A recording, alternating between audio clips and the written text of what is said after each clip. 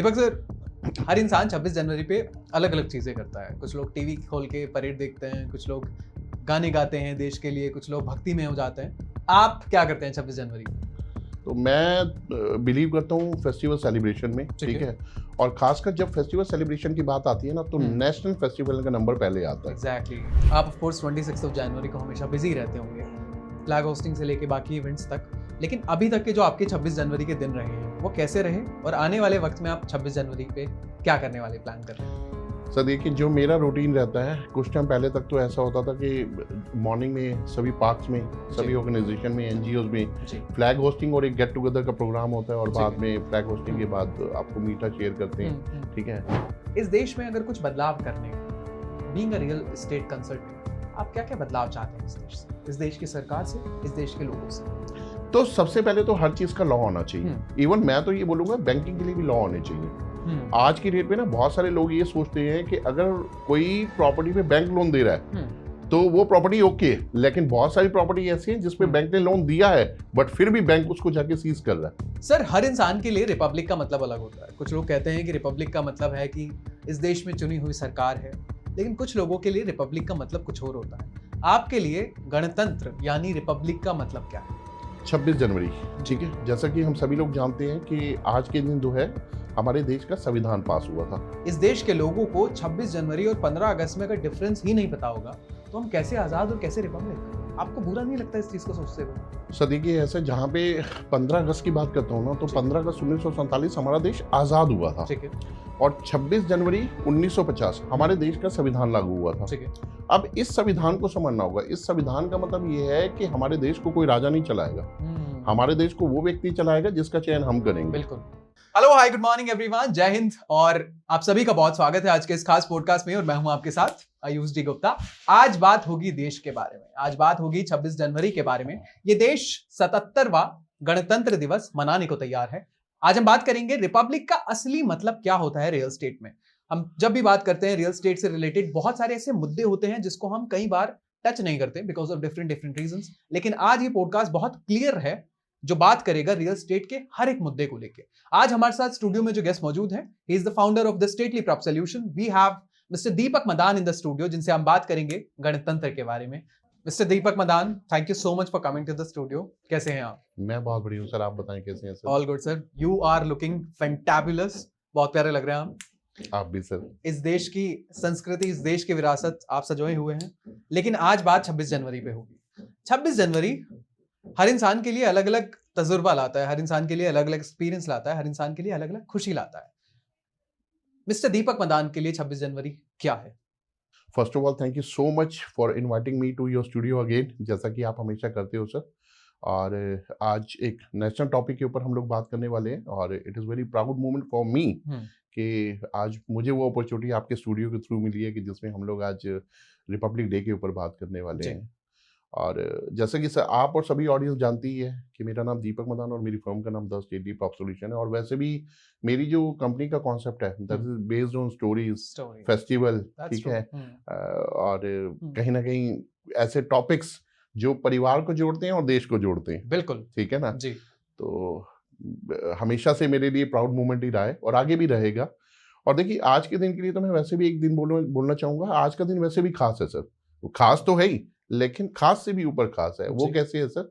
आप ये देखिए, जैसे एक तो आपकी तारीख है 26, तारीख 26, महीने का 26वां दिन और वर्ष 2026। Okay, exactly, yes. तो आज every 26th of January is important, but आज की कहीं ना कहीं कुछ ना कुछ खास वैल्यू ऐड करती है सर। आज का दिन स्पेशल है सर जी। तो सर, हर इंसान के लिए रिपब्लिक का मतलब अलग होता है। कुछ लोग कहते हैं कि रिपब्लिक का मतलब है कि इस देश में चुनी हुई सरकार है, लेकिन कुछ लोगों के लिए रिपब्लिक का मतलब कुछ और होता है। आपके लिए गणतंत्र यानी रिपब्लिक का मतलब क्या है? 26 जनवरी, ठीक है। जैसा कि हम सभी लोग जानते हैं कि आज के दिन जो है हमारे देश का संविधान पास हुआ था, ठीक है। 1947 देश आजाद हुआ था। 26 जनवरी 1950 जब देश का संविधान लागू हुआ था, और ये संविधान लागू हुआ था लाहौर में। और ये अधिनियम जो पास हुआ था ये लाहौर में हुआ था, जी। ठीक है ना, पंजाब के लाहौर में, और दिसंबर महीने में हुआ था, दिसंबर में हुआ था। वर्ष 1929 में हुआ था, जिसकी अध्यक्षता जो है पंडित जवाहरलाल नेहरू जी कर रहे थे। तो उन्होंने अंग्रेजों को एक बात बोली थी, एक प्रस्ताव पारित किया था, जी। और प्रस्ताव पारित करने के बाद ये घोषणा की थी कि 26 जनवरी 1930 को देश का संविधान लागू, देश को पूर्ण स्वराज मिल जाना चाहिए, ठीक है ना, नहीं तो उसको स्वतः पूर्णतः स्वराज दे दिया जाएगा। तो ऐसा ही हुआ था, और अंग्रेजों ने इसके ऊपर कोई रिएक्ट किया नहीं था, और फिर उसके बाद जो है 26 जनवरी 1930 को पूर्ण स्वराज देश को मिल गया था, जहाँ पे कोई व्यक्ति, जहाँ पे सरकार जो है वो जनता के प्रति उत्तरदायित्व रहेगी, और कहीं ना कहीं जो है जवाबदेही रहेगी। जी दीपक सर, इस देश में बहुत सारी खामियां हैं, लेकिन सबसे बड़ी खामी इस देश की ये है कि उसे इतिहास के बारे में कुछ नहीं पता। इस देश के लोगों को 26 जनवरी और 15 अगस्त में अगर डिफरेंस ही नहीं पता होगा तो हम कैसे आजाद और कैसे रिपब्लिक? आपको बुरा नहीं लगता इस चीज को सोचते हुए? सर देखिए, ऐसे जहाँ पे 15 अगस्त की बात करता हूँ ना, तो 15 अगस्त 1947 हमारा देश आजाद हुआ था, ठीक है, और 26 जनवरी 1950 हमारे देश का संविधान लागू हुआ था, ठीक है। अब इस संविधान को समझना होगा, इस संविधान का मतलब ये है कि हमारे देश को कोई राजा नहीं चलाएगा, हमारे देश को वो व्यक्ति चलाएगा जिसका चयन हम करेंगे, बिल्कुल, ठीक है ना। तो आजादी और संविधान, इन दोनों में ये फर्क है, और मेरा मानना ये है कि 26 जनवरी 1950 के बाद पूर्ण स्वराज जो था ना, वो स्वतंत्रता प्लस संविधान, वो दोनों था। 15 अगस्त 1947 में खाली स्वतंत्रता थी, लेकिन जब संविधान लागू हुआ था तो दोनों चीजें थी। पूर्ण स्वराज जो है वो 1950 के बाद ही लागू हुआ था। एटलीस्ट लोगों के पास ये पावर आई थी कि yes, they have a power to select their leader, वो अपना नेता चुन सकते हैं, अपने कैंडिडेट चुन सकते हैं, यस, अपने चुन सकते हैं। बिल्कुल दीपक सर, हर इंसान 26 जनवरी पे अलग अलग चीजें करता है। कुछ लोग टीवी खोल के परेड देखते हैं, कुछ लोग गाने गाते हैं देश के लिए, कुछ लोग भक्ति में हो जाते हैं। आप क्या करते हैं 26 जनवरी पे? देखिए 26 जनवरी को, जैसा कि एवरीबडी नोज, सभी लोग जानते हैं कि मैं पीछे 15-16 साल कॉर्पोरेट में रहा हूँ, और मेरी कंपनी की भी थीम यही रही है, इवन मेरा पैशन भी यही है। तो मैं बिलीव करता हूँ फेस्टिवल सेलिब्रेशन में, ठीक है, और खासकर जब फेस्टिवल सेलिब्रेशन की बात आती है ना, तो नेशनल फेस्टिवल का नंबर पहले आता है, एग्जैक्टली, ठीक है ना। तो मैं जितनी भी कंपनीज के अंदर रहा हूँ, तो नेशनल फेस्टिवल को मैंने बहुत प्रेफरेंस दी है। अगर मैं बात करूँ 15 अगस्त 1947 की, ठीक है, ऑल्दो ये हर जगह होता है, ठीक है, फ्लैग होस्टिंग होती है, बट उसको एक ग्रैंड वे में कहीं ना कहीं मैंने सेलिब्रेट किया है। इधर वी आर टॉकिंग अबाउट 15 अगस्त और 26 जनवरी, तो ये बहुत अच्छे लेवल पे मैंने कहीं ना कहीं लोगों को इन्वॉल्व किया है, एक जगह पर लेकर आए हैं, जहाँ पे उन्होंने भी अपना अच्छा खासा पार्टिसिपेशन दिए हैं। बच्चे तैयार होते हैं, देशभक्ति के गाने गाते हैं, पेट्रियोटिक सॉन्ग वगैरह, तो इस तरीके का मेरा पैशन रहा है, तो मैं इन्वॉल्व रहता हूँ। ठीक है, बट दीपक सर, ऐसा नहीं होता कि जैसे आप लोगों का इवेंट करा रहे हैं, आप सारी चीजें मैनेज कर रहे हैं, तो लोग होली दिवाली पे ज्यादा सेलिब्रेशन कर रहे हैं as compare to national holidays, या फिर इसका उल्टा भी देखते हैं कि लोग जब नेशनल हॉलीडेज की बात आती है तो सब लोग एक साथ इकट्ठा आके सेलिब्रेट करते हैं? नहीं सर, देखो ऐसा होता है, जैसे भी आपने एक बात की थी ना कि मेरे को बड़ा अफसोस होता है कि लोगों को बहुत ज्यादा डिफरेंस नहीं पता।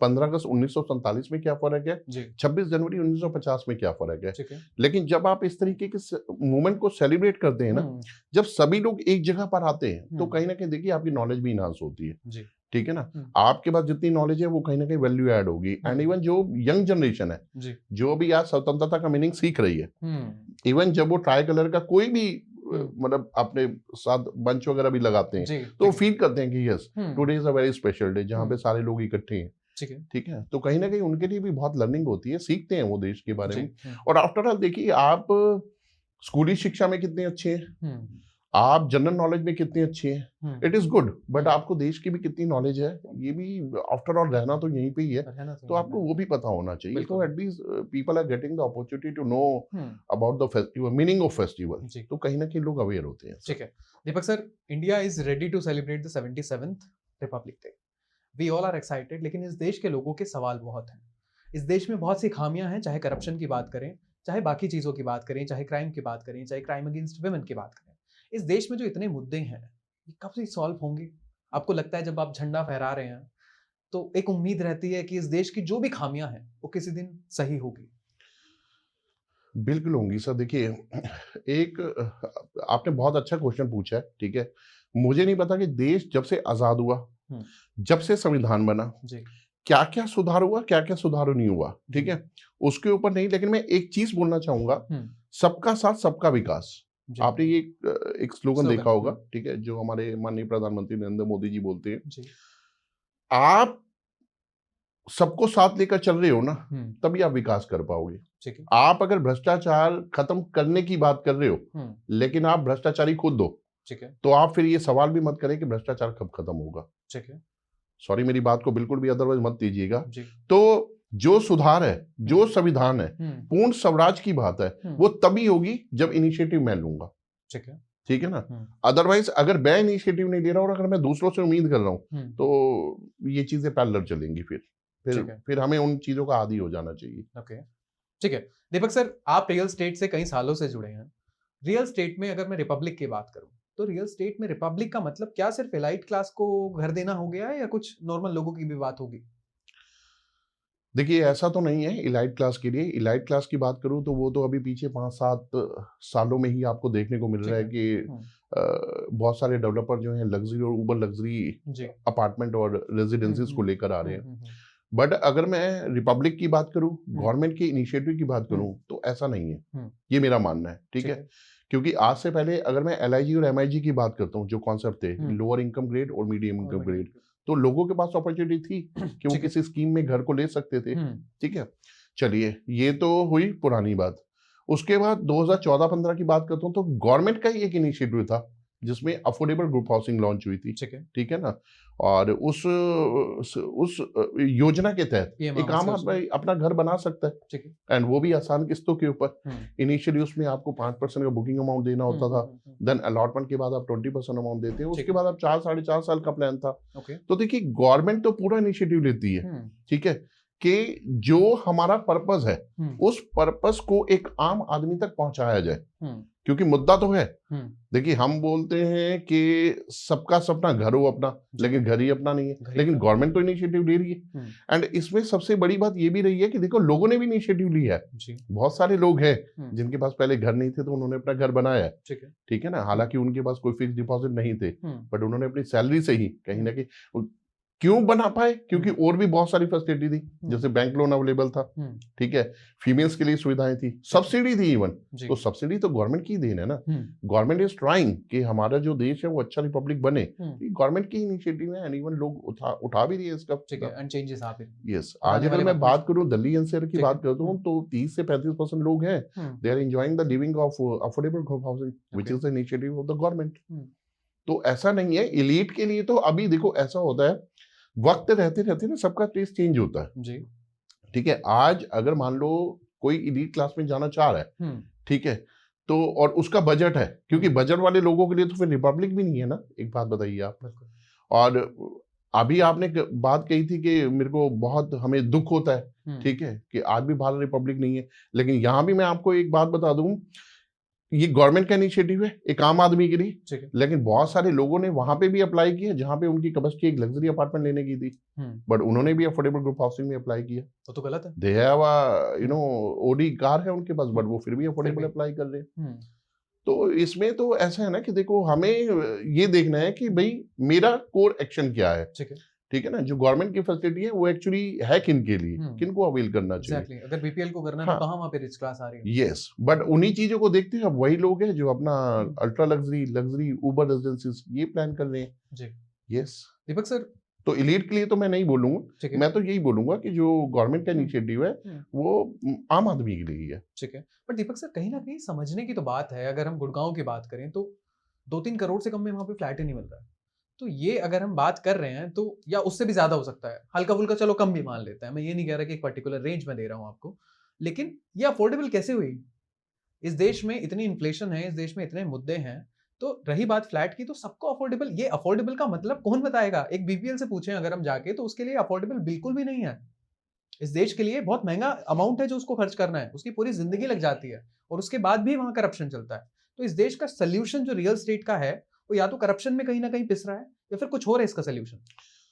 देखिए, मैं यहाँ पे बोलूंगा अफोर्डेबल तो है, लेकिन आपका टेस्ट अफोर्डेबल से ऊपर जा रहा है। अब आप मेरे को एक चीज बताइए, आपको घर चाहिए, ठीक है, ठीक है, सर छुपाने के लिए छत चाहिए जी, आपको, सोने के लिए कमरा चाहिए, खाना बनाने के लिए किचन चाहिए, जी, जिसमें आप और आपके 2 बच्चे, 3-4-5 लोग आप रह सकें। ठीक है, but if you are moving affordable to luxury, तो ये टेस्ट किसका है? ये गवर्नमेंट का है या आपका है?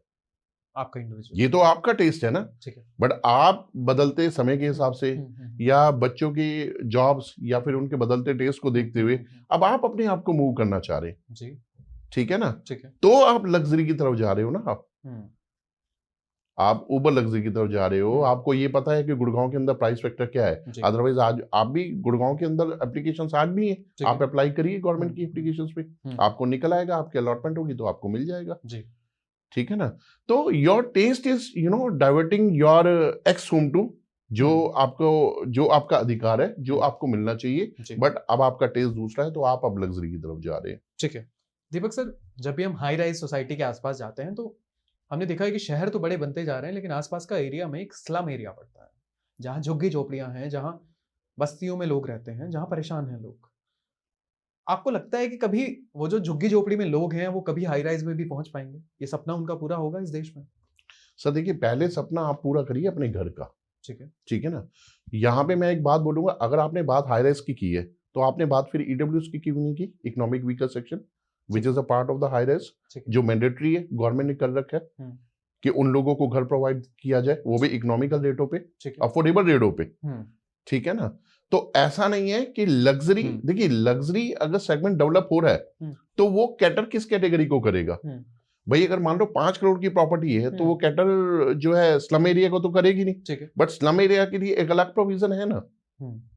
आपको मैं फिर भी एक चीज बोलूंगा, आप देखिए, हम लोगों ने एक अफसोस की भी बात की थी जी। आपके हर सवाल के ऊपर मेरा कहीं ना कहीं मेरा भी अफसोस आ रहा है। आप एक चीज देखिए, मान लीजिए किसी व्यक्ति ने ईडब्ल्यूएस अपार्टमेंट वहां पे ले भी रखा है, उसको मिला भी हुआ है, बट वो फिर भी वहां पे रह नहीं रहा। अब आप बताइए, वो फिर भी वहां पे रह नहीं रहा। वहां पे पता चलता है या तो उसने किसी को रेंट पे दे रखा है, या उसने किसी को बेच भी दी है, या तो उसने किसी को बेच भी दिया, तो फिर उसने लिया किस लिए था?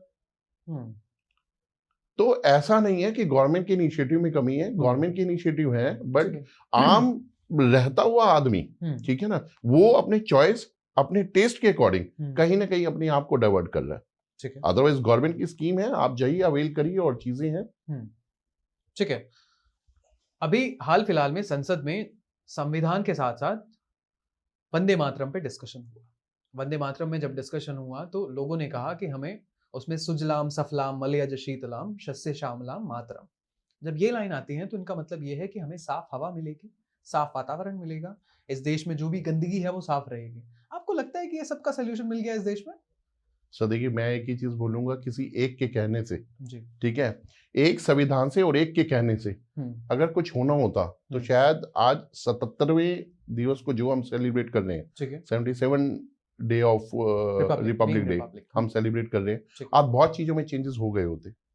आपको मैं फिर एक चीज बोलूंगा, बदलाव कभी भी ऊपर से नीचे नहीं होता, बदलाव हमेशा आपको नीचे से ऊपर करना पड़ेगा। आप खुद इनिशिएटिव लेंगे, आप बोलेंगे, आप मेरे को ये बताइए, पॉल्यूशन को कम करने के लिए आप क्या कर रहे हैं? कुछ नहीं। आप पॉल्यूशन को कम करने के लिए कुछ नहीं कर रहे, ठीक है। आप पॉवर्टी को कम करने के लिए क्या कर रहे हो? आप सफाई अभियान के लिए क्या कर रहे हो? जब हमारे देश का प्रधानमंत्री झाड़ू मार के बताता है कि ये सफाई अभियान है, तब जाके एक आम जनता को एक मोटिवेशन मिलता है कि ये सफाई अभियान है, और वो दूसरों को बोलते हैं कि भाई हमारे देश का प्रधानमंत्री जब झाड़ू मार सकता है तो मैं क्यों नहीं। तो इससे पहले आप कहाँ थे? ठीक है।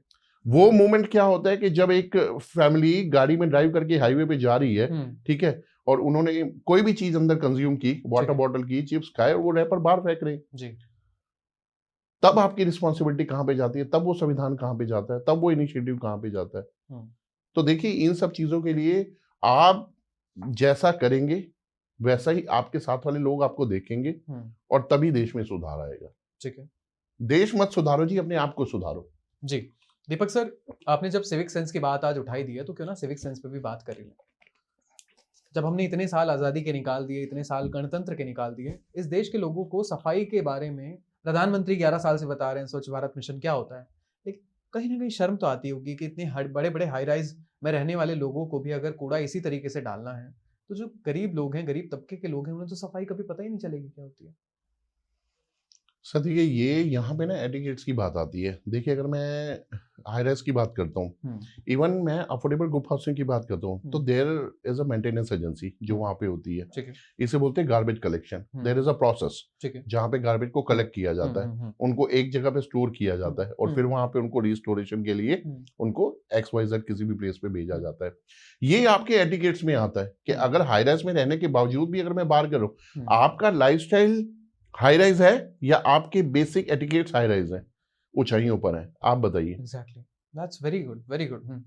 आप खाली ऊंचाई पे रहने ही जा रहे हैं या आपके एटिकेट्स भी ऊंचे हैं? चाहिए। तो देखिए, ये यहाँ पे हम बात करेंगे थोड़ा सा प्रिंसिपल्स की। एग्जैक्टली। और यहाँ पे सबसे पहला इनिशिएटिव मैं ये बोलूंगा, हमारे घर में जितने भी बड़े हैं आपको उनको लेना चाहिए। ठीक है, मैं बहुत सारे एपिसोड देखता हूँ, बहुत सारी स्टोरीज देखता हूँ, इवन हाई पे भी देखता हूँ, जहाँ पे पॉल्यूशन को सेव करने की बारी आती है तो एक छोटा सा बच्चा अपने डैड को बोलता है कि डैड, लाइट जो है वो 90 सेकंड की है, आप गाड़ी बंद कर दीजिए, एटलीस्ट कुछ तो पॉल्यूशन बचेगा। हालांकि बचेगा कुछ नहीं, all the vehicles are on, सारी गाड़ियां ऑन है, बट वो बच्चा अपने पेरेंट्स को बोल रहा है। तो पेरेंट्स फादर के मन में पहले क्यों नहीं आया कि गाड़ी को बंद कर दिया जाए? ऐसा है, देश को जब सुधारने की बात करेंगे ना, तो सारे ही व्यक्ति बुद्धिजीवी वर्ग के हैं और सारे आगे हैं, लेकिन जब आएगी ना कि देश की सेवा कौन करेगा, हम करेंगे, नहीं, देश की सेवा कौन करेगा, मैं करूंगा तब हम करेंगे, मैं करूंगा तब हम करेंगे। लेकिन हम किस चीज में आगे, हम करेंगे। अरे नहीं साहब, मैं करूंगा, पॉल्यूशन को कम मैं करूंगा, गंदगी को कम मैं करूंगा। मैं, इससे होगा क्या? कुछ नहीं होगा। मैं कहता हूं जैसा देश चल रहा था, जैसा देश चल रहा है और वैसा ही देश चलेगा। लेकिन इससे क्या होगा? इससे एटलीस्ट आप अपना कंट्रीब्यूशन तो दे रहे हैं। देखिए, अभी 2022 में रामलला मूर्ति की स्थापना हुई थी, तो हमारे प्रधानमंत्री साहब का क्या संबोधन था? आप 10 रुपए का कंट्रीब्यूशन दीजिए एटलीस्ट। जब इतिहास में राम मंदिर की बात होगी, ठीक है ना, और प्रधानमंत्री के संबोधन की बात होगी, तो ये बात आएगी कि ईंट रखने में मेरा कंट्रीब्यूशन जरूर है। उन्होंने ये नहीं कहा कि आप क्षमता से बाहर पैसे दे दीजिए, 10 रुपए का भी दीजिए, तो आपको एक सर्टिफिकेट दिया गया। तो no one is coming to you to ask कि बहुत बेहतर करिए सभी के लिए, आप अपना बेहतर कीजिए, अपने लिए करिए, अपने आसपास करिए, तो आपको देखकर भी सुधार आएगा, आपको देखकर आएगा। जब हमारे देश के प्रधानमंत्री को देखकर लोगों में शब्द आ रहे हैं, स्पीकिंग आ रही है, वर्ड आ रहे हैं, ठीक है, और क्या कहते हैं, सुधार आ रहे हैं, तो फिर आपको देखकर भी आएंगे। Deepak sir, are we not expecting too much from the government? हम हर चीज के लिए हमने सरकार चुनी है, हम मान लेते हैं, लेकिन हम सरकार से ही सब कुछ चाहते हैं कि सरकार ही सब कुछ करे। क्या हमारा एक आम इंसान होने के नाते, इस देश के नागरिक होने के नाते, बहुत कुछ हमारी रिस्पॉन्सिबिलिटी नहीं होती? देखिए, मैं तो एक ही चीज बोलूंगा, बहुत गुड रिस्पॉन्सिबिलिटी ही हमारी है। आपकी रिस्पॉन्सिबिलिटी क्या थी? एक चीज बताइए। आपकी रिस्पॉन्सिबिलिटी ये थी, सिलेक्शन ऑफ द लीडर, वो आपने कर दिया, ठीक है। अब आपकी रिस्पॉन्सिबिलिटी क्या बनती है? यू गिव योर कंट्रीब्यूशन, आप अपना दीजिए और सरकार को वो करने दीजिए जो सरकार ने आपके आने वाले 10 साल के प्लान तैयार कर रखे हैं, ठीक है। जो सरकार ने आने वाले 10 सालों में, 15 साल में आपके लिए प्लान कर रखे हैं। लेकिन मैं देखता हूं कि सरकार ही आपको इन चीजों को लेकर मोटिवेट करने के लिए आ रही है। आप खुले में ना शौच जाएं, बट लोग फिर भी जा रहे हैं, बट जबकि शौचालय भी खुले हुए हैं। बिल्कुल, ठीक है ना, लेकिन फिर भी जा ही रहे हैं। तो देखिए, यहाँ पे तो मैं एक ही चीज बोलूंगा कि अगर आप संविधान की बात करते हो, आप ये बोलते हो कि राजा मेरा चुना हुआ है और राजा जो है मेरे को आंसर देने के लिए है, तो आप काम भी ऐसा ना करें कि आपके ऊपर प्रश्न आए। आपकी खुद की मॉरल ऑब्लिगेशन, आपकी खुद की होनी चाहिए। बिल्कुल, ठीक है। दीपक सर, जब हमने रियल स्टेट की बात कर ही ली है, तो रियल स्टेट में करप्शन की भी बात करते हैं। आप अंदर ही अंदर ये तो मानते हैं कि रियल स्टेट में करप्शन है। इस देश में रियल स्टेट में करप्शन या फिर ओवरऑल करप्शन की बात करें, कभी ये देश करप्शन मुक्त होगा, भ्रष्टाचार मुक्त भारत? सर देखिए, हर चीज का ना, मेरे को बड़ा इंटरेस्टिंग टॉपिक होने वाला है हमारा। हर चीज का ना, मुझे ऐसे लग रहा है कि इस टॉपिक के अंदर ना, यहाँ से एक चीज आने वाली है। इस करप्शन को पैदा कौन कर रहा है? एक बात बताइए, डेवलपर कर रहा है या एक आम आदमी कर रहा है? आप एक चीज देखिए, चलिए पहले हम लोग ना एक सिस्टम की बात करते हैं। देखिए, कोई डेवलपर जब कोई प्रोजेक्ट लेके आता है, ठीक है, प्रोजेक्ट के आता कैसे? पहले डेवलपर ने लैंड ली, ठीक है, उसके बाद उसका LOI है, लेटर ऑफ इंटेंट है, उसके 3 महीने के बाद उसका लाइसेंस है, उसके 3 महीने के बाद उसका रेरा है, ठीक है, जो अथॉरिटी है, ठीक है, ये भी संविधान का ही हिस्सा है कि रेरा की जो Real estate गवर्नमेंट से बॉडी है वो related आपके authority, ऊपर लगाई गई है। ठीक है उसके बाद फिर प्रोसेस होता है सैंपल फ्लोर का, डेवलपर का जो भी है, जी, देन फिर आप उसके अंदर बाइंग के लिए जाते हैं। ठीक है बट आज मैंने देखा है कि कई डेवलपर्स के यहाँ पे कस्टमर खुद ही इंटरेस्ट लेते हैं जस्ट बिकॉज ऑफ सस्ते के चक्कर में। तो इसको क्या बोलेंगे आप? लोगों की गलती है। यस, इसको क्या बोलेंगे आप? मैं ये भी नहीं कहना चाहूंगा कि वो गलत कर रहे हैं, बट ठीक है, उस समय एक प्लान होता है, एक स्टेज होती है, ठीक है। इसे बोलते हैं initial entry, entry at the beginning of the stage. अगर बिगनिंग है, आप सहयोग कर रहे हो, ठीक है, या आप ट्रस्ट कर रहे हो, तो ठीक है, कल जब सारी चीजें स्मूथ होंगी then you will get appreciation according to your waiting time period, कि भाई आपने जब स्टेज आपने डिसीजन लिया था इनिशियल स्टेज पे, और जब कल सारी चीजें फॉर्मेलिटीज पूरी हो गई हैं, तो वो टाइम कितना था, कितना वेट किया, तो वो आपको चीज मिल जाएगी। बट प्रोसेस क्या बोलता है?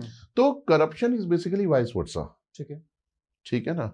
तो ये कोई आपको आके नहीं बोलता है कि आप करिए, बट वो कहीं ना कहीं आपके मन में होता है, क्योंकि जब आप प्रोसेस एक हायरार्की के थ्रू चलोगे ना, तो आपको चीज उसी प्राइस ब्रैकेट पे मिलेगी, बिकॉज क्योंकि वो प्रोसेस को फॉलो करती हुई आ रही है, और एक बिना प्रोसेस के फॉलो किए हुए, ठीक है, कि फ्यूचर में ऐसा होगा और आप उस चीज को अवेल कर रहे हैं। तो एक तो यहाँ पे दो चीजें ऐड हो, जहां पे रिस्क ऐड होगा ना, वहां पे ये फिर चीज आप करेक्शन की बात कर रहे हैं तो वो आ जाती है, वो आती भी है, और कई केसों में आई भी है। गुड़गांव में भी है, मैं एक डेवलपर का नाम नहीं लूंगा, ठीक है, बट ऐसा हुआ है। एक नहीं, ऐसे सैकड़ों हुए, बहुत सारे हैं, बहुत सारे एग्जांपल हैं। दीपक सर, जब हम रियल एस्टेट में बात करते हैं तो आजकल बहुत लोग डिस्कस कर रहे हैं और बहुत एडिटोरियल्स भी इस पे छापे गए, रूरल अर्बन डिवाइड को लेकर। लोग कहते हैं कि मेट्रोपॉलिटन शहर जो हैं या बड़े शहर जो हैं, वहां पे रियल एस्टेट की ग्रोथ बहुत अच्छी देखी गई है, लेकिन जो टियर 3 टियर 4 सिटीज हैं, वहां पे रियल एस्टेट की ग्रोथ बहुत कम है, और इसी चक्कर में गांव के लोग शहर में माइग्रेट करते हैं, और इस चक्कर में पॉपुलेशन रेशियो मिसमैनेज हो जाता है। क्या आप रियल एस्टेट में चेंजेस देख पा रहे हैं, या आने वाले वक्त में आप देखेंगे कि टियर 3 टियर 4 सिटीज में भी रियल एस्टेट अच्छा बूम करेगा? नहीं, देखिए, इसको मैं एक चीज बोलूंगा, यहाँ पे इसको ग्रोथ एक फर्स्ट प्राइमरी फैक्टर है, ठीक है, लेकिन इसके साथ साथ ना आप कस्टमर की पॉकेट, ये भी एक प्राइमरी फैक्टर है। अब फॉर एग्जांपल आप इसको ऐसे समझिए, जैसे गुड़गांव है, ठीक है, गुड़गांव पहले भी था, अब भी है, बूमिंग है, आज प्रॉपर्टी कॉस्टली है, नो डाउट, ठीक है। तो जो लोग गुड़गांव में ले पाए वो ले पाए, वो अभी भी ले रहे हैं। जो लोग नहीं ले पाए, अब वो क्या चीज देखते हैं? वो चीज देखते हैं सराउंडिंग क्या है, वो देखते हैं सराउंडिंग क्या है। तो उनको पता चलता है जी, एक 25 किलोमीटर दूर एक डिस्टेंस पे आपका सोना एक शहर है, ठीक है, जो कि आज के डेट में साउथ ऑफ गुरुग्राम है, ठीक है। सोना पहले था, अगर उसको आज की भाषा में रियल एस्टेट की लैंग्वेज में बोला जाए तो वो सोना है जी। तो जो लोग गुड़गांव में प्रॉपर्टी नहीं बना पा रहे, दे आर मूविंग टू आपका साउथ ऑफ गुरुग्राम। बादशाहपुर से जो एलिवेटेड हाईवे बना है, आप 11 मिनट में पहुंच जाओगे, 11 से 15 मिनट के अंदर। तो लोगों का जो टेस्ट है ना, वो सिटी को ग्रोथ देता है, ठीक है, चाहे वो हम टियर 2 की बात कर लें, टियर 1 की बात कर लें, या टियर 3 की बात कर लें। तो जब एक मूव हुआ, दो हुए, एलिवेटेड हाईवे बना, पता चला जी वो साउथ ऑफ गुरुग्राम हो गया है, वो अब सोना है ही नहीं, वो सोना बन चुका है, तो सारे आज अब सोना में देख लो। तो ये रियल एस्टेट की ग्रोथ कैसे आई? ठीक है, जो लोग नहीं बना पा रहे थे वही लोग तो वहां पे मूव हुए। तो होता क्या है कि जब कोई शहर, ठीक है ना, टियर 1 शहर, मेट्रोपॉलिटन जिसकी हम बात करें, वो फुल्ली डेवलप हो जाता है ना, तो बायर हो या इन्वेस्टर हो, वो ये देखता है कि आसपास जगह कौन सी है, ठीक है, जहां पे आप सारे भागेंगे। और ये एक दौड़ है सर, ठीक है। पहले वहां पे डेवलपर जाता है, क्योंकि मैं हमेशा एक ही चीज बोलता हूँ सर, डेवलपर की 3 आंखें होती हैं सर, ठीक है ना, वो तीसरी आंख से पूरा शहर पढ़ लेते हैं, वो शहर पढ़ लेते हैं। तो जब वो वहां पे जाते हैं और ब्रांडेड डेवलपर का एक भी बोर्ड वहां पे लग जाता है, तो फिर लोगों की मूवमेंट वहां पे शुरू हो जाती है, और साल 2 साल में फिर वहां भी प्रॉपर्टी महंगी हो जाती है। देन फिर उसके आगे आप सेम ऐसे ही फरीदाबाद में देख लो आप। आज फरीदाबाद में भी आप लेके चलो 4.5-5 करोड़ के बायोफिलिक डिजाइन टावर के साथ आपके प्रोडक्ट है, जो आपको 4 साल के बाद मिलेंगे, ठीक है। अच्छा, जो लोग ले पाते हैं, ठीक है, अगर मैं प्लॉट्स की बात करता हूँ तो 2-2.5 लाख रुपए में नए डेवलपर है जो फरीदाबाद में न्यू लॉन्चेस कर रहे हैं, ठीक है। तो लोगों के पास क्या ऑप्शन है? अगर फरीदाबाद में बनती है तो ठीक है, लेकिन अगर नहीं बनती तो then they are moving Prithla, एक लोकेशन है, it is in between Faridabad and Palwal. अब जो वहां भी नहीं लेता, ठीक है, वो फिर पलवल की तरफ मूव करता है, क्योंकि अब तो मेट्रो भी आ गई है, जेवर एयरपोर्ट और ऑपरेशनल होने वाला है, तो पलवल भी अब लोगों को दिख रहा है कि आने वाले टाइम का 2.5 लाख रुपए का रेट होने वाला है यहाँ पे भी। ठीक है। तो देखिए उस शहर की ग्रोथ में बायर और इन्वेस्टर का ही कंट्रीब्यूशन है। एक जगह जब डेवलप होगी ना पूरी, तभी उसके आसपास जो है लोगों का फुटफॉल होगा। ठीक है, तो मतलब तो इसका मतलब ये है कि टियर 3 और टियर 4 सिटीज में भी ग्रोथ देखी जा रही है और आने वाले टाइम में हम फ्यूचर में और ग्रोथ भी देख सकते हैं। बिल्कुल। ठीक है दीपक सर, जब सरकार कैपिटलिज्म को हल्का सा सपोर्ट करती है और दिखती है डायरेक्टली कि कैपिटलिज्म को सपोर्ट कर रही है, तो कई बार मोनोपोली भी आ जाती है। आपने रियल एस्टेट में क्या मोनोपोली देखी है, या आप मानते हैं कि रियल एस्टेट की अगर हम बात करें तो ड्यूओपोली या फिर बाकी भी फ्रीडम मिलती है बाकी रियल एस्टेट कंपनीज को कि वो आके ग्रो कर सकें और इस देश का भविष्य या इस देश की नींव रख सकें? सर देखिए, जहाँ पे देखिए रियल एस्टेट एक ऐसा सेगमेंट है जो बिना पॉलिटिकल सपोर्ट के होता नहीं है सर, ठीक है, बिना गवर्नमेंट सपोर्ट के नहीं होता है, ठीक है, लेकिन ऐसा नहीं है सर, ठीक है। यहाँ पे मैं एक चीज बोलूंगा कि गवर्नमेंट भी उन्हीं को सपोर्ट करती है, they have a fullest capacity to develop the city, ठीक है ना। बाकी अगर देखिए कोई अपना कंट्रीब्यूशन, अब जैसे मान लो अफोर्डेबल ग्रुप हाउसिंग है, तो गवर्नमेंट ने तो नहीं बोला ना कि मैंने इसको लाइसेंस देना है, इनको नहीं देना, आप अपनी पेपर फॉर्मेलिटीज पूरी करिए, लाइसेंस ले लीजिए, आप अपनी पेपर फॉर्मेलिटीज पूरी करिए, लाइसेंस ले लीजिए। तो यहाँ पे कौन सी मोनोपोली हो गई? नहीं, गवर्नमेंट की तरफ से तो नहीं है, ठीक है ना। बट जहाँ पे बड़ी डेवलपमेंट की बात आती है, ठीक है, बड़े शहर की बात आती है और उसकी ग्रोथ और इंफ्रास्ट्रक्चर की बात, क्योंकि देखिए आपको ना एक कॉन्सेप्ट तो समझना पड़ेगा सर, एयरपोर्ट का आना, एक्सप्रेसवे का आना, रोड्स का डेवलप होना, ये गवर्नमेंट की इनिशिएटिव है, ठीक है। आप इसको ये भी कह सकते हो सर ये हमारी संविधान की प्लानिंग है सर, बट इस संविधान की प्लानिंग को सपोर्ट कौन करेगा सर? इस संविधान की प्लानिंग को सपोर्ट करेगा रियल एस्टेट सर, क्योंकि रियल एस्टेट से इंफ्रास्ट्रक्चर डेवलप होता है, ठीक है। तो जब इंफ्रास्ट्रक्चर डेवलप होगा तभी तो फिर वहां पे जॉब्स आएंगी, जॉब आएंगी तो मूवमेंट बढ़ेगी, मूवमेंट बढ़ेगी तो ग्रोथ ऑटोमेटिकली बराबर होगी। तो यहाँ पे मोनोपोली ठीक है, देखो किस लेवल की डेवलपमेंट आप गवर्नमेंट चाह रही है और उस चाहत के हिसाब से कौन सा डेवलपर जो है उस वहां अलाइनमेंट में फिट बैठता है, ठीक है ना। अदरवाइज ऐसा नहीं है, आप LIG में देख लो, MIG में देख लो, अफोर्डेबल ग्रुप हाउसिंग, दीनदयाल देख लो सर, दीनदयाल आवास योजना में देख लो सर। तो ऐसा तो नहीं है, गवर्नमेंट इज नॉट आस्किंग कि मैं इसको दूंगी इसको नहीं दूंगी, आप अपनी फॉर्मेलिटीज पूरी करिए, अपना प्लान बताइए, प्लान ऑफ एक्शन बताइए, ठीक है। और अब तो वैसे भी गवर्नमेंट का एक एक्सक्लूसिव अकाउंट है, वो भी आपको गवर्नमेंट के पास वो करना है, जिसमें आप एक प्रोजेक्ट का पैसा एक ही जगह पे ही लगाएंगे। तो मोनोपोली नहीं कह सकते, लेकिन हाँ ये जरूर कह सकते हैं कि the kind of infrastructure government is looking for the betterment of the city, for the betterment of the people, they are relocating from X to Y location, ठीक है। तो वहां पे सर ये चीजें मैटर करती हैं, ठीक है। दीपक सर, एक टाइम पे रियल एस्टेट में जेंडर बायसनेस बहुत थी, यानी कि हर इंसान अपने ही नाम पे प्रॉपर्टी अपने नाम कराना चाहता था, but over the period of time हमने चेंजेस देखे हैं कि लोग अपनी वाइफ, अपनी सिस्टर, अपनी मदर के नाम पे प्रॉपर्टी रजिस्टर कराते हैं।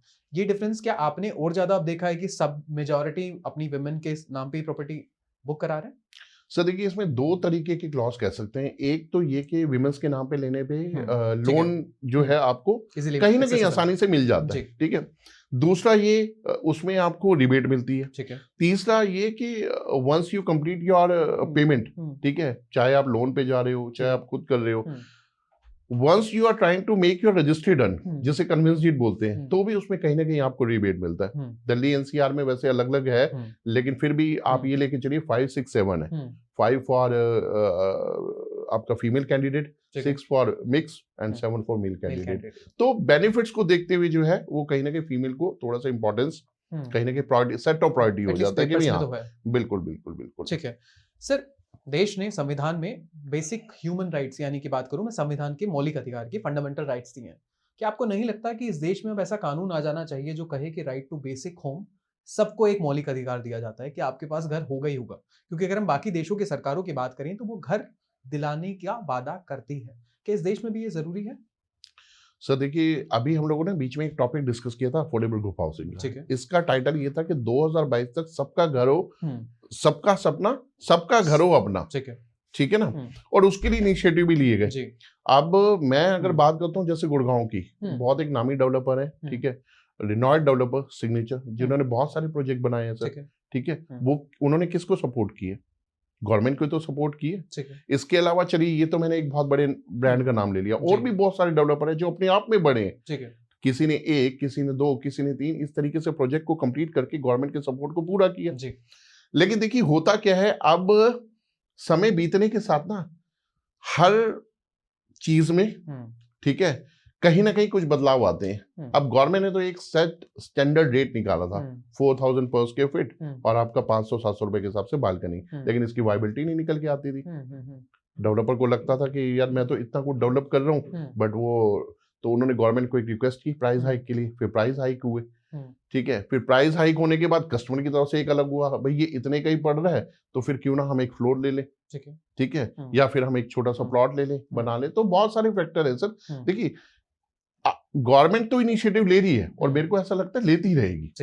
ठीक है ना, क्योंकि देश का भला, जो गद्दी पे बैठा होता है ना सर, उसके समय एक ही एम होता है, और ये हमारे देश का सौभाग्य है कि हमारी गद्दी पे जो बैठा है ना, वो हमारे भले के लिए सोच रहा है। ठीक है, लेकिन क्या होता है कि समय रहने के बाद जो बदलाव आता है ना, वो कहीं ना कहीं हमारे को उस मिशन से डिस्टर्ब कर देता है या डाइवर्ट कर देता है। तो वो डाइवर्शन हमारा है, वो गवर्नमेंट का नहीं है, वो संविधान का नहीं है, वो हमारा है। ठीक है दीपक सर, अगर हम कोर्ट्स की बात करें तो सुप्रीम कोर्ट, हाई कोर्ट या बाकी डिस्ट्रिक्ट कोर्ट्स में भी रियल एस्टेट से रिलेटेड बहुत सारे डिस्प्यूट्स हैं, कई लाखों में हैं। इस देश के जो रियल एस्टेट से रिलेटेड डिस्प्यूट्स हैं, चाहे स्कैम हुआ है या कहीं पास में कुछ हुआ है, जमीन के नाम से रिलेटेड इश्यूज हैं, ये कभी सॉल्व हो पाएंगे? सर देखिए, अभी हम पूरे देश की बात कर रहे हैं जी।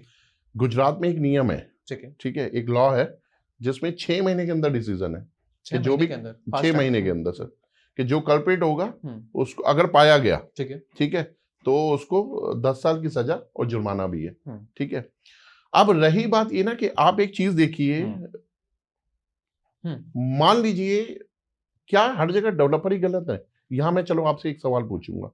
अभी हम लोगों ने बीच में एक बात की थी, if you are following the hierarchy ना, आप पूरा जब सिस्टम समझ रहे हैं, आप जब जिस संविधान में रह रहे हो, जिस देश में रह रहे हो, उस देश का नागरिक अपने आप को मान रहे हो और आपने डेवलपर से पूरी चीजें देख ली, समझ ली, ठीक है, तो आप पूरा सिस्टम फॉलो कर रहे हो ना, तो आपको एक एक्स प्राइस पे मिली।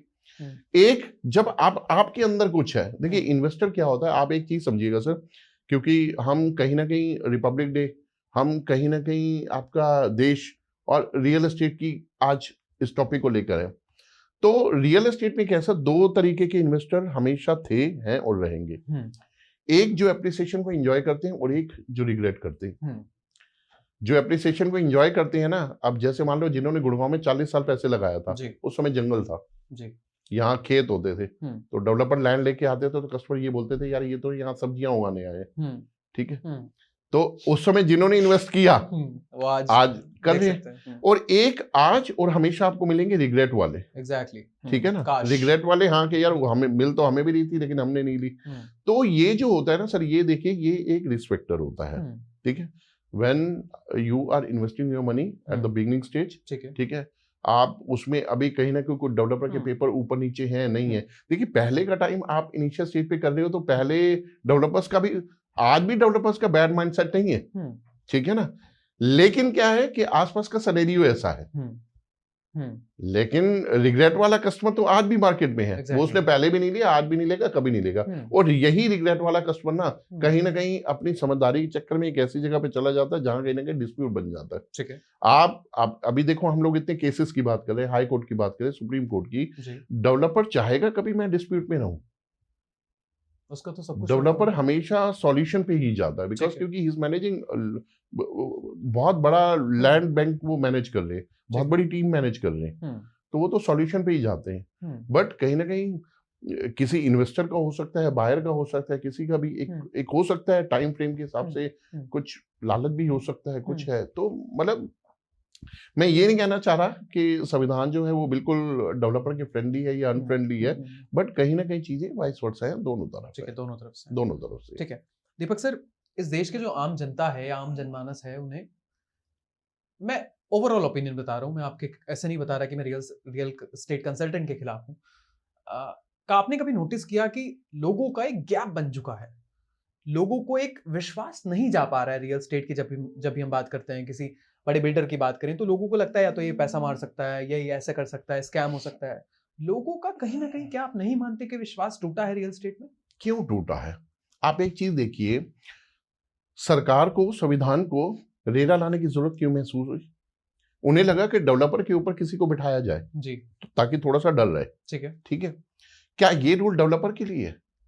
ये कंसल्टेंट के लिए भी है कि आपका कंसल्टेंट रेरा अप्रूव्ड होना चाहिए, रेरा ऑक्यूपाइड होना चाहिए। ठीक है। रेरा अप्रूव्ड तो प्रोजेक्ट होता है, आपके कंसल्टेंट के पास रेरा होना चाहिए। क्या जितने भी बायर हैं अपना घर देखने जाते हैं, इन्वेस्टमेंट करने जाते हैं, क्या कभी उन्होंने किसी कंसल्टेंट से पूछा है कि आपके पास रेरा है? नहीं पूछा, नहीं पूछा। अवेयरनेस नहीं है। अवेयरनेस नहीं है। ठीक है ना? तो गवर्नमेंट तो ये बोलती है कि आपका जो कंसल्टेंट है, जो आपको प्रॉपर्टी अप्रोच कर रहा है, ठीक है, वो भी रेरा ऑक्यूपाइड होना चाहिए, उसके बाद रेरा होना चाहिए। बट कस्टमर नहीं पूछता। कस्टमर को तब समझ आता है जब उसे लगता है, देखो मैं एक चीज बोलता हूं सर, इस दुनिया में तब तक चोरियां होती रहेंगी जब तक लोग अपना घर खुला छोड़ने की आदत नहीं छोड़ेंगे। ओके, ठीक है। इस दुनिया में तब तक गुनाह होते रहेंगे जब तक लोग गुनाहों को लेकर सीरियस नहीं होंगे। तो आपको ये चीज समझनी होगी कि आप भी उस हायरार्की को फॉलो करो कि जिस व्यक्ति से हम लोग मिल रहे हैं, क्या वो रेरा अप्रूव्ड है या नहीं, रेरा ऑक्यूपाइड है या नहीं, उसके बाद रेरा है या नहीं। आप देखिए, क्योंकि अगर उसके ऊपर भी गाइडेंस है तो उसको भी पता है कि मेरे को किस तरीके के सिस्टम को फॉलो करना है। ठीक है। दीपक सर, अगर हम लिटरेसी की बात करें तो इंडिया में लिटरेसी रेशियो बढ़ रहा है, लोग थोड़ा थोड़ा पढ़ रहे हैं, अच्छी बात है जो कि, लेकिन अगर हम रियल एस्टेट की बात करें तो मैंने पढ़े हुए लोगों को भी रियल एस्टेट के जब आप बात करते हैं तो वो इलिटरेट हो जाते हैं। उन्हें रियल एस्टेट के बारे में बेसिक चीजें भी नहीं बताया, रजिस्ट्री कैसे होती है, कहाँ कहाँ जाना है, रियल एस्टेट में क्या पूछना है, रेरा की फुल फॉर्म क्या है। आपको नहीं लगता कि लिटरेसी के नाम पे रियल एस्टेट के लिए भी लोगों को, सरकार को थोड़ी और इन्फॉर्मेशन देनी चाहिए? देखिए सर, जहां तक मैं बात करूं ना डेवलपर्स और कंसल्टेंट के रिलेशन की, ठीक है। तो किसी भी प्रोजेक्ट की नॉलेज को लेकर ना, पहली बात तो डेवलपर्स का ही एक इनिशिएटिव है कि वो कंसल्टेंट को, इवन उनकी पूरी टीम को एजुकेट करते हैं। ठीक है ना, ताकि उनका सेम प्रोफाइल जो है ना, उनकी टीम आगे पास ऑन करे। ठीक है। क्योंकि सर ये तो रियलिटी है कि जो कंसल्टेंट होते हैं ना, वो 100% सुनते हैं और 10% बताते हैं। ठीक है। तो डेवलपर्स का प्लान ये होता है कि भाई जैसा हम 100% बता रहे हैं तो 90% ये वैसा ही बताएं मार्केट में, क्योंकि कोई भी अपनी प्रेजेंटेशन के साथ कॉम्प्रोमाइज नहीं करना चाहेगा। अब रही बात ये कि आप अपनी टीम को कितना एजुकेट कर रहे हो या गवर्नमेंट को क्या करना चाहिए। ठीक है। तो गवर्नमेंट की साइट पे देखो सर, सब कुछ अवेलेबल है। ठीक है, आप हरियाणा.in पे चले जाओ, आप रेरा पे चले जाओ। ठीक है, if you are doing property, ठीक है, if you are consulting your service to your customer, आप कुछ अप्रोच कर रहे हो, ठीक है, एटलीस्ट आप अपनी वेट भी तो अपने कस्टमर को दिखाओ, how much knowledge you are having with. आप पढ़ो ना उसे, गवर्नमेंट तो एजुकेट कर ही देगी, चलो वो तो कर ही रही है। गवर्नमेंट ने एजुकेशन के लिए ही तो वेबसाइट पे सब कुछ मेंशन किया है। रेरा भी तो बताया, रेरा भी तो इसी चीज के लिए आया है। अब रही बात ये कि घर घर जाके पढ़ाने वाली, तो वो तो अब मैं क्या ही बोलूं, मतलब जिस देश की जनता 140 करोड़ सब कुछ अवेलेबल है, आप पढ़ो। देखो इससे क्या होता है, सामने वाले कस्टमर को भी वेट नजर आता है। अब बहुत सारे लोग मेरे से ये बात होती है कि ठीक है, मेरा क्लोजिंग रेशियो अच्छा है, ओपनिंग रेशियो अच्छा है, ठीक है, कस्टमर बैठता है तो चीज को समझता है। बिकॉज क्योंकि मैं अपने जिस लास्ट ब्रांड में रहा हूँ एमवीएन में, मेरा प्रेजेंटेशन पे बड़ा फोकस रहता था। आप 3 चीजें कस्टमर को जरूर बताओ, profile of the company, product of the company, plan of the company. ये जो हम देश में होने वाले डिस्प्यूट्स की बात करते हैं ना, जब इन 3 चीजों में से किसी एक चीज की कमी होती है ना, तो समझो आप डिस्प्यूट को की ओर जा रहे हो।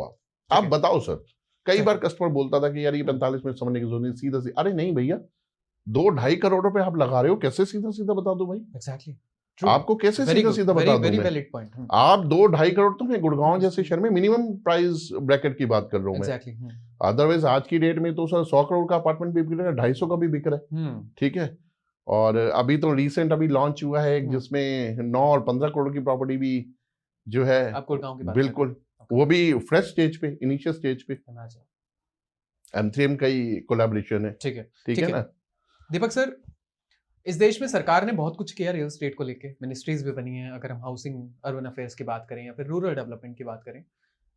आने वाले जब हम इस देश का गणतंत्र दिवस मनाएंगे, जब 100 साल हो जाएंगे, इस देश में अगर कुछ बदलाव करने हो, being a real estate consultant, आप क्या क्या बदलाव चाहते हैं इस देश से, इस देश की सरकार से, इस देश के लोगों से? जो चाहता हूं मैं, ठीक है, पहले तो सरकार हर चीज के लिए लॉ लेके आए, ठीक है। इट इज वेरी गुड कि डेवलपर्स के लिए रेरा बना है, ये पहले ही होना चाहिए था, लेकिन ठीक है, दे रहा है दुरुस्त है, ठीक है, चाहे वो सरकार है, चाहे वो इंडिविजुअल है, चाहे वो कोई भी है, ठीक है। तो सबसे पहले तो हर चीज का लॉ होना चाहिए। इवन मैं तो ये बोलूंगा बैंकिंग के लिए भी लॉ होने चाहिए। आज की डेट में ना बहुत सारे लोग ये सोचते हैं कि अगर कोई प्रॉपर्टी पे बैंक लोन दे रहा है तो वो प्रॉपर्टी ओके है, ठीक है, लेकिन बहुत सारी प्रॉपर्टी ऐसी है जिसपे बैंक ने लोन दिया है बट फिर भी बैंक उसको जाके सीज कर रहा है। तो इसके लिए गवर्नमेंट को बैंक को पकड़ना चाहिए, ना कि कस्टमर को परेशान करना चाहिए। एग्जैक्टली। कस्टमर को तो ये बोलना चाहिए कि भैया अगर बैंक ने अप्रूव कर दिया, लोन दे दिया, तो उसमें हम क्या कर सकते हैं। लेकिन बहुत सारे केसेस ऐसे, तो उसमें गवर्नमेंट को बैंक के ऊपर कैप लगा। देखिए कस्टमर को ना मेरा मानना यह है कि गवर्नमेंट को कंफर्ट जोन देना चाहिए प्रॉपर्टी के मामले। After all he is going to invest his hardest money, जो उसने पीछे 30-40 सालों में कमाया है, तो ऑलरेडी वो तो पेन में ही है, ठीक है ना। तो वो तो एक अच्छी चीज चाहता ही है। जो गवर्नमेंट का शिकंजा है वो दो लोगों पे होना चाहिए, एक डेवलपर पे होना चाहिए, ठीक है, और एक बैंकों पे भी होना चाहिए, ठीक है। तो कस्टमर किसी भी एंगल से ना फंसे, मतलब मैं तो ये चाहता हूँ, तो ये चीजें होनी चाहिए। और कस्टमर्स के लिए स्कीम तो देखो आती हैं, ठीक है, और आती रहेंगी, ठीक है, और डेवलपर मेरे हिसाब से कंट्रीब्यूशन देते हैं। आप देखो अभी हम लोगों ने बीच में एक वायबिलिटी की बात की थी कि डेवलपर ने बोला वायबिलिटी नहीं आती। बहुत सारे डेवलपर ऐसे थे सर जिन्होंने सिर्फ गवर्नमेंट की इस इनिशिएटिव को सपोर्ट करने के लिए अफोर्डेबल ग्रुप हाउसिंग के प्रोजेक्ट किए थे, अदरवाइज वो पहले लग्जरी करते थे। 1, 1.5 और 2.5 करोड़ की प्रॉपर्टी बेचने वाले वो भी 30-35 लाख रुपए में अपार्टमेंट बेचना शुरू हो गए। ठीक है, ओके। दीपक सर, आप ऑफ कोर्स 26 जनवरी को हमेशा बिजी रहते होंगे, फ्लैग होस्टिंग से लेके बाकी इवेंट्स तक, लेकिन अभी तक के जो आपके 26 जनवरी के दिन रहे हैं वो कैसे रहे, और आने वाले वक्त में आप 26 जनवरी पे क्या करने वाले प्लान कर रहे हैं?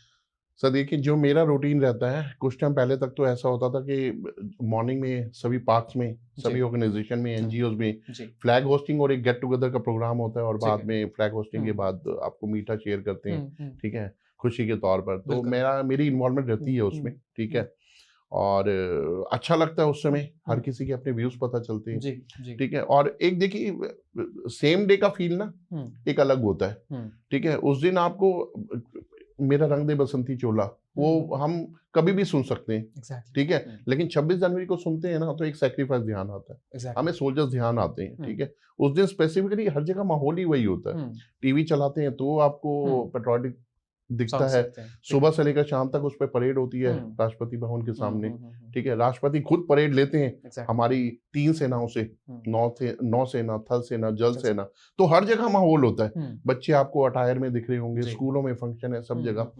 तो देखिए मेरा मानना यह है कि अगर एक दिन देश को सरेंडर है ना, तो उस दिन को ना आप बिल्कुल आजादी के साथ जिए। उस दिन अपने आप को किसी बंधन में, किसी काम में ना ही बांधे तो ज्यादा बढ़िया है। Spend your best time with your family, और थोड़ा सा point view of opinion collect करने का प्लान करें, सो दैट कि अगले साल की प्रिपरेशन कैसे करनी है। और मेरा हमेशा एक ही चीज रहती है कि अगर आपने 26 जनवरी 2025 में सेलिब्रेट किए, 24 में किए, तो वो 26 और 27 में उससे भी फाइन होनी चाहिए, ठीक है ना। आपके पास वर्ड कलेक्शन अच्छी होनी चाहिए, ठीक है, आपके पास नॉलेज भी अच्छी होनी चाहिए, एंड इवन आप अपने आप को इलैबोरेट करें। तो मेरा तो ये है 26 जनवरी। चलिए ठीक है, वो तो आज हम बात करें, मेरा हर चीज के लिए यही रहता है कि आप जो आज कर रहे हैं ना, तो कल जब करेंगे तो आज से बेटर करेंगे। दीपक सर, बचपन में स्कूल में जब हम 26 जनवरी पे जाते थे तो लड्डू मिलते थे, आपको भी मिले? आज भी मिलती है, आज भी मिलते हैं, एग्जैक्टली, आज भी स्कूल में मिलते हैं। वो जो 3-4 लड्डू जो मिलते थे, वो जो जब उसकी खुशी क्या रहती थी जब वो मिलते थे, उसको खाते थे? देखिए एक तो 4 एक साथ मिलते थे ठीक है ना, और दूसरा देखिए क्या होता है कि एक खुशी है मेरा। देखिए आप बंदिश के आंसू और खुशी का फूल, बंदिश के जब देश बंधा हुआ था, कहते हैं ऐ मेरे वतन के लोगों जरा आंख में भर लो पानी, जो शहीद हुए हैं उनकी याद करो कुर्बानी। तो वो बंदिश थी, वहां पे हमारे शब्द कैसे थे, आंसू, कुर्बानी, शहीद, शहादत, खुशी का लड्डू, खुशी का लड्डू, ठीक है ना। जब कोई पैदा भी होता है ना, तो इट मीन्स एक आज आपका नया बॉर्न है, something you are getting, learning about your nation, the specific day, even 26 January, आज ये जो एक्चुअली क्या स्कूल मैनेजमेंट भी क्या करता है, फ्लैग होस्टिंग से लेके फंक्शन से लेके स्वीट डिस्ट्रीब्यूशन, एक स्कूल का भी एक्सपेंडिचर है, बट ये एक्सपेंडिचर नहीं है, it is a kind of celebration. You are sharing your happiness what we get on the same day from my nation. But उसके पीछे त्याग. अच्छा देखो, त्याग को समझाने के लिए भी क्या है, स्कूल में से ही बच्चे निकाले जाते हैं, ठीक है ना.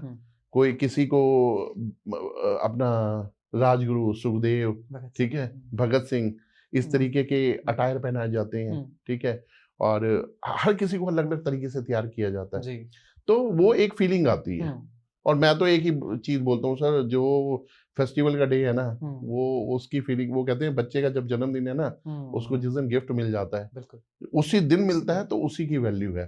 तो उस लड्डू की वैल्यू जो है ना, वो शब्दों में नहीं एक्सप्लेन की जा सकती, बिकॉज क्योंकि पहली बात ये उसी दिन, अब उस दिन की वैल्यू क्या है, हमारा संविधान. अभी आपने सर स्टार्टिंग में पूछा था कि बहुत सारे लोग अवेयर नहीं है, ये बहुत सारे वही लोग हैं, ये आज का बचपन, भविष्य के बहुत सारे लोग, आपके जैसा कोई व्यक्ति फ्यूचर में ऐसा ना पूछे, तो इसीलिए वो सेलिब्रेशन है, इसीलिए वो नॉलेज है, वो कुर्बानी याद करें. यस, वो कुर्बानी याद करें, उन्हें पता हो. आज देखो, आपको भी पता है, हमें भी पता है, तभी आज हम इस पॉडकास्ट के माध्यम से एक हम ऑडियंस तक भी ये बात पहुंचा रहे हैं कि वो लड्डू मिलते हैं, फ्लैग होस्टिंग होती है, लोग आपस में बात करते हैं, पेट्रियोटिक सॉन्ग गाते हैं, शेरो शायरी होती है, गीत होते हैं, तो और वो होना भी चाहिए. आफ्टर ऑल देश मेरा है ना, परिवार मेरा, सोसाइटी मेरी है. दीपक सर, बहुत सारे गाने, भजन, म्यूजिक चलते रहते हैं. जब हम 26 जैन की बात करें, हर इंसान का कोई ना कोई देशभक्ति वाला पैट्रियोटिक सॉन्ग भी फेवरेट रहता है. आपका कोई पर्टिकुलर ऐसा सॉन्ग फेवरेट रहे? क्योंकि मेरी ऑडियंस तो हमेशा चाहती है कि दीपक सर जब भी आए हैं तो एटलीस्ट एक गाना तो सुना दे हमारी ऑडियंस को. चलिए ठीक है सर, बहुत अच्छी बात है, क्योंकि मैं भी स्कूलों में जब पार्टिसिपेशन किया है तो बहुत कुछ सुना भी है और बहुत कुछ डिलीवर भी किया है. लेकिन जो मेरा फेवरेट रहा है ना, वो मनोज कुमार का एक है ना, जब जीरो दिया मेरे भारत ने, एग्जैक्टली, ठीक है ना, तो ये मेरा शुरू से फेवरेट रहा है. प्लीज, ठीक है, मुझे अच्छा भी लगा है, और आज आपने जब मौका दिया है तो मैं इसी को ही प्रेजेंट करना चाहूंगा. ठीक है. जब जीरो दिया मेरे भारत ने, भारत ने मेरे भारत ने, दुनिया को तब गिनती आई, तारों की भाषा भारत ने दुनिया को पहले सिखलाई, तारों की भाषा भारत ने, देता ना दशमलव भारत तो यू चांद पे जाना मुश्किल था, धरती और चांद की दूरी का अंदाजा लगाना मुश्किल था, सभ्यता जहां पहले आई, सभ्यता जहां पहले आई, पहले जन्मी है जहां पे कला, पहले जन्मी है जहां पे कला,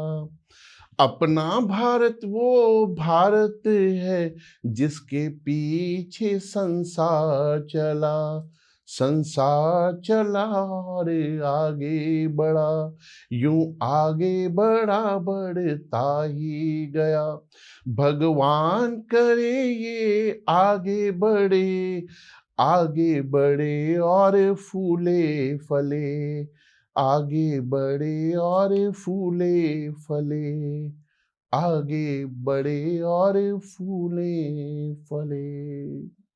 दीपक सर, इसके आगे असली गाना तो प्लीज सुनाइए.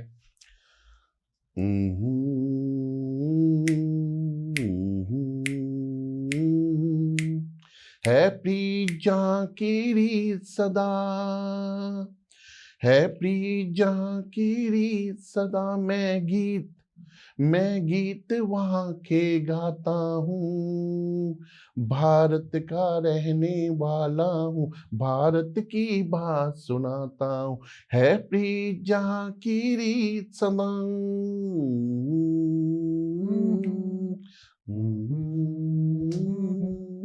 बस कुछ यही पंक्ति. ब्यूटीफुल, ब्यूटीफुल, वेरी गुड दीपक बस सर. यही पंक्तियां थी जो स्कूल में भी कहीं ना कहीं मौका मिलता था तो प्रेजेंट करता था, और आज आपके माध्यम से भी तो बस यही पंक्तियां थी सर, जो स्कूल में भी मौका मिलता था तो गुनगुना देते थे, जी। ठीक है। अपने भाव भी देशभक्ति वाले हो जाते थे, और जी। कहीं ना कहीं देखिए मेरा मानना ये है कि जैसी आपकी भावना है ना, कहीं ना कहीं सामने वाले की देखो अच्छी भावना को हमेशा ट्रांसफर करें, बिल्कुल। ठीक है ना। तो देश ऐसे ही चलता है, आप भी ऐसे ही चलते हैं सर।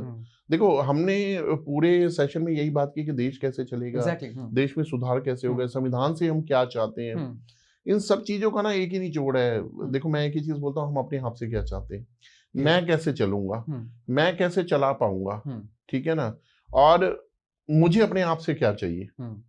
आप वो चीजें अपने आप से ही पूरी कर दीजिए, तो मेरे को लगता है हर व्यक्ति अगर ये सोचना शुरू कर दे, तो आफ्टर ऑल जो देश है वो आप हम जैसे लोगों से ही बना हुआ है, ठीक है ना। और मैं कहता हूँ चलिए ठीक है, आप कहते हैं जो पीछे 76 सालों में नहीं हुआ, इस 77वें साल में क्या हो जाएगा, मैं कहता हूँ चलो आगे भी कुछ नहीं होगा, लेकिन जो आपका कोर सेटिस्फेक्शन है ना, at least you are doing your best, at least you are doing something to your society, at least you are doing greatly surrounding you and people are looking to you. Sir किसी को मत बदलो, किसी को आपको जाकर नहीं बदलना, शब्दों से नहीं बदलना, आप करो, लोग आपको देख कर बदलते हैं। सर देखिए दुनिया हो या देश हो, ये आप हो या मैं हूं, दो तरीके से बदलाव आता है। एक तो आता है कि मैं अपने आप को अंदर से बदल लूं, एक होता है कि कोई अपने आप को मुझे देख कर बदल ले। और सर देखिए मेरा एक ही चीज का मानना है, अच्छी चीज को देख के बदलाव आता है। कोई नहीं चाहिए, कोई ये नहीं चाहेगा कि बुरे व्यक्ति को देखकर बुरी आदत को फॉलो कर लिया जाए, ठीक है। हाँ शुरू में अट्रैक्ट जरूर करती है, बुरी चीज का प्रावधान अपने आप है। वो कहते हैं कि आप अपने बच्चे को शिक्षित करिए इस देश में रह के, ठीक है ना, अशिक्षा का प्रावधान अपने आप है। फ्लाईओवर पे गाड़ी चलाने के लिए आपको रेस देनी पड़ती है, नीचे आने का प्रावधान अपने आप है। आप अपने बच्चों के साथ अपना कीमती समय बिताएं, बुरे लोग उनका साथ समय बिताने के लिए तैयार बैठे। तो बुरी चीजों का प्रावधान अपने आप है। हम देश को अच्छा बनाना चाहते हैं ना, हमारी देश को लेकर बात हो रही है जी, हमारी संविधान को लेकर बात है। हम एक स्वस्थ, स्वच्छ और स्पष्ट देश का निर्माण करना चाह रहे हैं ना, तो वो स्पष्टता, स्वच्छता, क्लैरिटी वो अपने अंदर लानी होगी, ठीक है। तो उसको हम करेंगे तो देश ज्यादा मजा, मेरा ही देश है वो ज्यादा अच्छा लगेगा। दीपक सर इस पॉडकास्ट को देखने के बाद और वैसे भी अगर कोई आपसे जुड़ना चाहे तो वो किस तरीके से जुड़ सकता है, आप प्लीज एक बार कैमरे में देख के बता दें। देखिए मेरा नाम दीपक मदान है और मैं फरीदाबाद से हूँ। मेरी फर्म का नाम द स्टेटी प्रॉप सॉल्यूशन है। काफ़ी सारे लोग हैं जो पीछे अलग अलग शहरों से मेरे से कनेक्ट हुए हैं, ठीक है। मेरा फ़ोन नंबर जो है 9811360300 है। I am repeating my number 9811360300 है। मेरी प्रिंसिपल सिटी फरीदाबाद है। आप कभी भी चाहें मेरे को कॉल कर सकते हैं। आप चाहें तो फरीदाबाद में भी मिल सकते हैं।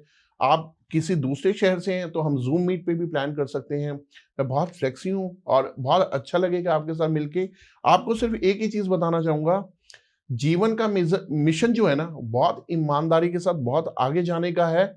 जाऊंगा तो सही, आप साथ चलेंगे तो बहुत अच्छा लगेगा, एक कारवा बनेगा। आज हमने पूरे टॉपिक पे देश की बात की है। हम अपना पूरा योगदान देंगे अपने आप को सुधारने में, अपने परिवार के लिए, अपनी सोसाइटी के लिए, अपने नेशन के लिए और फाइनली अपने इस पूरी दुनिया के लिए, ठीक है ना। तो आप कनेक्ट होइए, अच्छा लगेगा।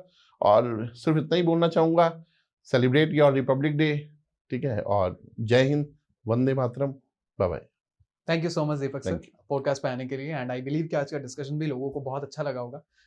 मैं माफी चाहूंगा अगर आपको मेरे कुछ सवाल थोड़े हार्ड लगे हों, लेकिन नहीं, इस देश के लोगों जब देश की बात करते हैं तो देखिए जहां सुधार की बात आती है ना, वहां कहीं ना कहीं चीज हो सकती है कि बुरी लगे भी सही, नहीं भी, लेकिन अगर मैं सुधारना चाहता हूँ, ठीक है ना, और आप मुझे सुधारना चाह रहे हैं, बिकॉज सुधारना वही चाहेगा जो आपके साथ निभाना चाह रहा है। Exactly. सुधरना वही चाहेगा जिसको सामने वाला व्यक्ति चाहिए। जी। अगर आप मुझे सुधरना ही नहीं है आपकी बात से और आप चाहिए ही नहीं, तो मैं मानूंगा ही नहीं। तो हम दोनों एक दूसरे को चाहिए, ठीक है ना। तो हम बहुत लंबा चलेंगे। Once again thank you so much Deepak sir thank you podcast पे आने के लिए। एंड आई बिलीव आज का पॉडकास्ट थोड़ा सा अलग था।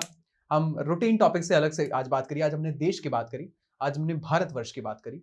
और 26 जनवरी हर इंसान के लिए बहुत सी चीजें लेके आता है। आई बिलीव इस साल वो गणतंत्र का मतलब, वो रिपब्लिक का मतलब आप सभी को समझ आए। आज हमने रियल स्टेट से रिलेटेड बहुत सारी बात करी। रियल स्टेट में गणतंत्र का मतलब क्या है, रियल स्टेट में रिपब्लिक का मतलब क्या है। हमने बहुत सारे मुद्दों को आज टच किया, चाहे करप्शन की बात हो, चाहे इंसानों की बात हो, मतलब अफोर्डेबल हाउसिंग की बात करी, रूरल अर्बन की बात करी और बहुत से ऐसे मैटर्स थे जिसपे हमने बात करी। मैं पूरी कोशिश करूंगा कि अगली बार हम फिर से दीपक सर को लेके आए पॉडकास्ट पे और बात करें किसी और नए मुद्दे पर रियल एस्टेट से related. So I Ayush D Gupta signing off. अपना बहुत ख्याल रखें। Once again happy republic day and Jai Hind. Thank you so much.